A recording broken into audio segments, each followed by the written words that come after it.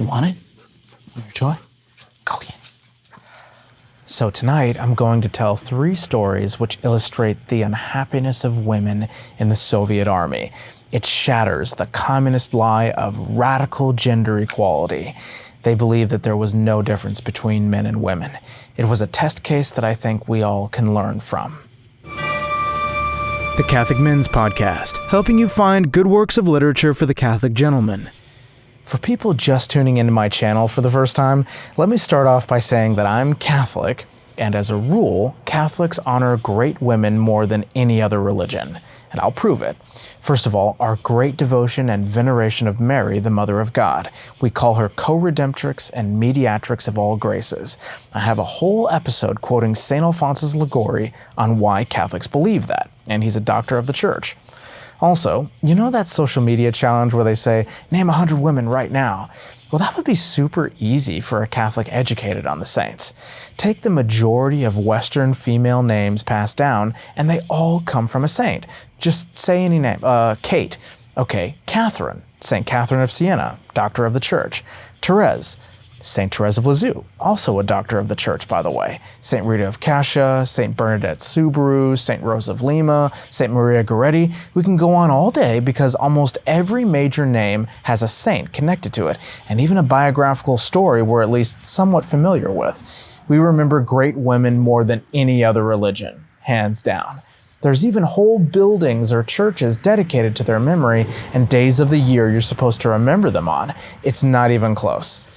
This is one of the first times on this channel in like 200 episodes where I've ever struggled to gather all my thoughts on a subject as complicated as feminism, mostly because it's a super hot button term that means radically different things to different people, and if you oppose it, well, you must hate women, I guess.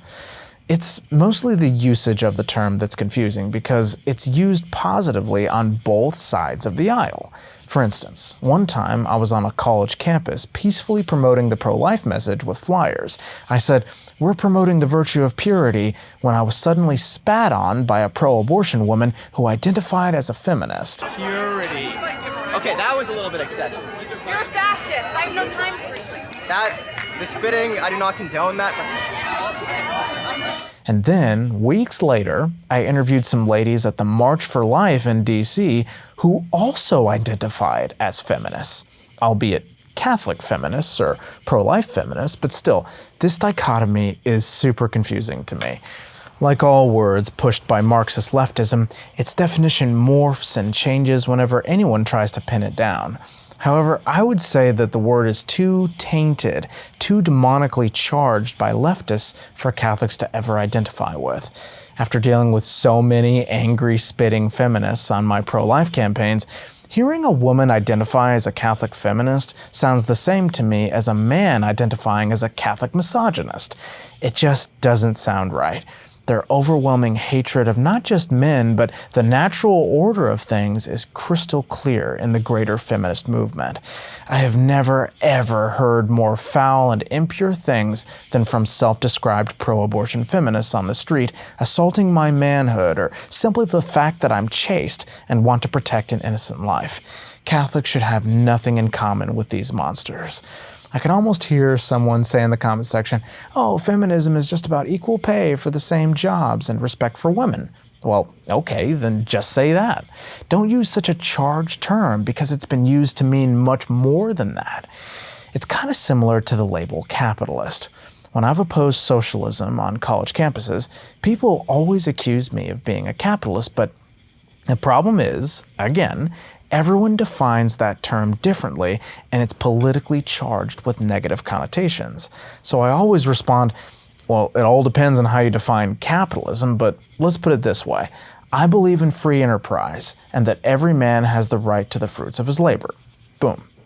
In other words, I'm not playing your game, and I won't bow down to the Marxist labeling of my common sense with a term that has a negative connotation. I'm not doing it. It's very similar to the feminism term, in my opinion. Deep down, it means that there's no difference between men and women, and anything that contradicts that is oppression, which in turn leads to many other fantasies. Like they think that since women are oppressed through gender norms, the female sex actually has carte blanche permission to view herself as above the opposite sex, just to motivate herself, which is the exact type of thinking they claim to oppose so much. For instance, I think it was Eleanor Roosevelt that said, "Behind every great man is a great woman." Just take that sentence, reverse it, and see how crazy it sounds. What if there were some people talking about a woman celebrity that wasn't even married, and I said, "Oh, but you know, behind every great woman, there's a great man"? If you take most feminist-leaning sentiments and reverse the roles, you usually can see the contradiction. Now, I'm not saying these people are feminists, but I'll just say by way of example that I started this literature channel for men because I know what men like to read because I'm a man. It doesn't mean women can't listen to it. Just means that it's geared towards men. I can't tell you how many comments I've received from women saying, "We like to listen too. Can't you change the name to something else?" Which, it's great they're listening. I'm happy about that. But can you imagine the pushback if I were to go on a Catholic woman's podcast and say, "I don't like the name. It's not inclusive. Can you change it?" Anyway, it's great to read your comments, and don't feel bad if you commented that, but those types of things definitely perplex me. I'm not saying that there aren't injustices towards females in the world, but thinking there's no difference between men and women actually leads to more circumstances where women are in danger, or at the very least, under a great amount of stress they should never have to deal with. Opposing these situations is the most respectful and empathetic attitude a man can have.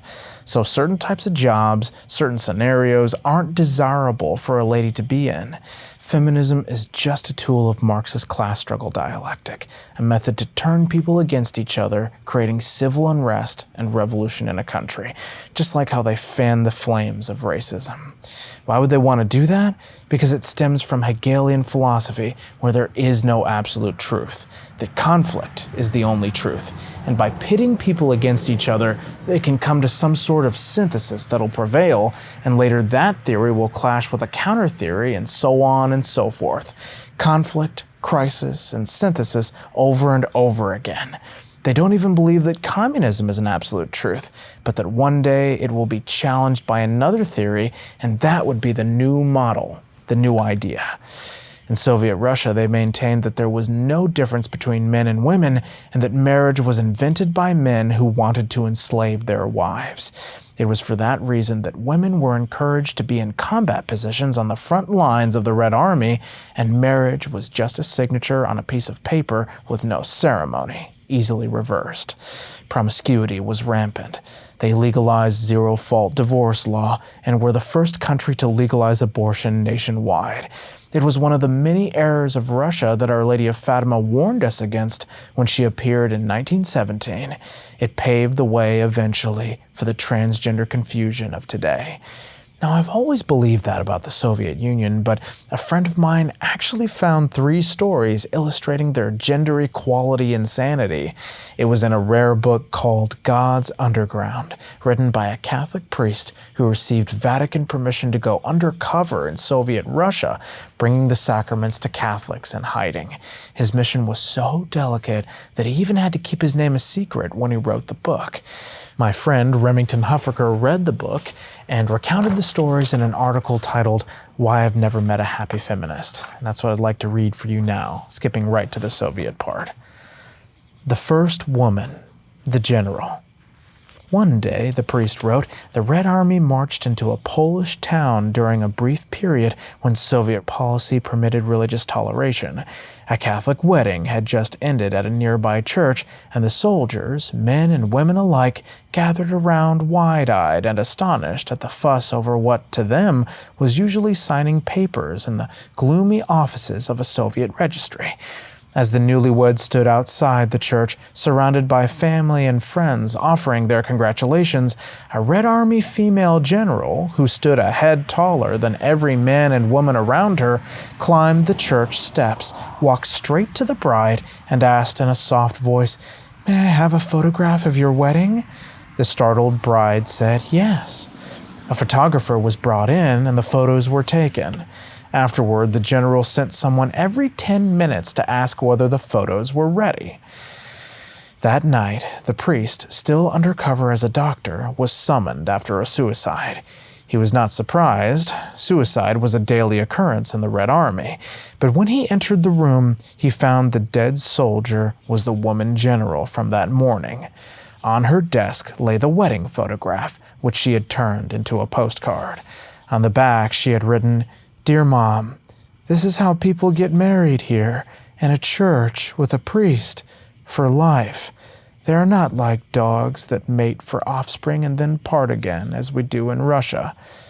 I can't take it anymore, Mom. Goodbye, Mom." The second woman, Katrina. The priest tells of another Red Army woman, a captain named Katrina, who only a week before he spoke with her had used the butt of her rifle to crush the skull of a sleeping baby. This is the conversation they had. "Why do you drink so much, Katrina?" "To forget, of course." "To forget what?" "To forget everything. Life, death, even my own thoughts. You don't know, Doctor, what I've seen. They tell us women are the same as men. It isn't true. There's something wrong with a woman at war.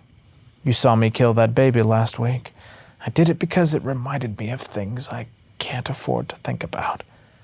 "What things?" "Oh, silly things. I know better. I've been to the party schools. I'd be ashamed to tell my comrades any of this. There must be a streak of bourgeois rot left in me. Doctor, don't laugh at me. I'd like to have a baby of my own. A baby I could keep, not one to send to the government orphanages. Sometimes I see the moving pictures that show us the home life of the old corrupt days before the revolution. We see them praying on their knees, deceived by the priest's witchcraft. We're supposed to laugh at them.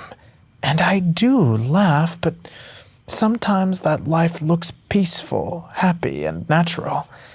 I've had too many men. I've drunk too many quarts of vodka. I've killed too many Germans. I could never settle down with one man and be a mother. Imagine me, Katrina, playing dolls with a child? No, I'll go on like this. And one day, on some battlefront, a bullet will bear my name, and I'll be finished. Soon, I hope." According to feminist doctrine, these two women should have been among the happiest alive. Both served in the military, both held high-ranking positions, something most feminists only dream of. Both could have as many men as they wished. These two shining examples of the feminist ideal should have been the happiest women on earth. Yet one killed herself after glimpsing a real wedding, and the other killed babies to keep from imagining herself as a mother, and drowned her memory of it until she took her own life. So then the author, Remington, who's pretty young, he's like in his early 20s, starts thinking about Carmelite nuns and comparing them to the feminists. I couldn't help comparing these two women feminism carried to its final consequences with the Carmelite nuns. By the logic of feminism, the Carmelites should be the most miserable people on earth. They sacrifice for the good of others, but particularly for priests and for the Pope, the male leader of the church. They must be obedient to the bishop, also a man. They are forbidden to leave the convent. They cannot speak without permission. To speak with anyone outside, they must communicate through an iron grill. They eat only enough to keep body and soul together, and they rise in the darkest hours of the night to pray, sing, and give glory to God. Many Carmelites serve as capellanas, those who pray and sacrifice for others. A nun is given the name of a person or a group, and for the rest of her life, until her dying breath, she offers her prayers and sufferings for them. She gives her entire life to someone she never knew and most likely will never know. I wonder what a feminist would make of that. A feminist's life revolves around her own needs and pleasures. A Carmelite nun, by contrast, is dead to the world and to self, denying herself even the most basic and legitimate pleasures. And yet, despite all this, Carmelite nuns are among the happiest people I have ever met. I posed this question to some friends, 6 priests and a bishop, all of whom had known Carmelite nuns, and every one of them agreed. The Carmelites are among the happiest people they had ever encountered. It made me wonder, what if a feminist spent time among the nuns? Would it change how she lived or how she thought? The third woman, Olga. As if in answer, the next part of the book told exactly such a story. The Red Army had taken over a town in Hungary, and part of the medical staff was quartered in a Carmelite convent. The nuns were tolerated and allowed to practice their faith. One day, the priest asked one of the head surgeons, a woman named Olga, whether she would like to meet the Mother Superior, a keen, intelligent woman and a doctor herself. Olga hesitated, then agreed. After that, the two women met often. With no political commissar in the hospital, their meetings were easily arranged. Day by day, the priest watched a genuine, deep friendship grow between two women from opposite worlds. Then, one morning, the order came to move. The medical staff would advance to the next position hundreds of miles away. Olga came to say goodbye to the Mother Superior. As the priest waited to take her to the ambulance, he overheard her farewell. "The war is nearing its end. Soon everyone will return to their peacetime work. I've been so happy with you here. I have loved the life your sisters lead. When demobilization is over, may I come back to you? Will you teach me your religion? Will you let me join you here as one of your nuns?" Deeply moved, the Mother Superior embraced the Soviet woman and made the sign of the cross over her head. The ambulance honked impatiently. Olga and the priest left. That night, she was taken to a hospital nearer the front, and he returned to the forest. He never saw her again, but he often prayed that she might one day return to the life she had come to love. Thank you all so much for listening. God bless you, and Our Lady keep you. It's a good thing because my light keeps on going out.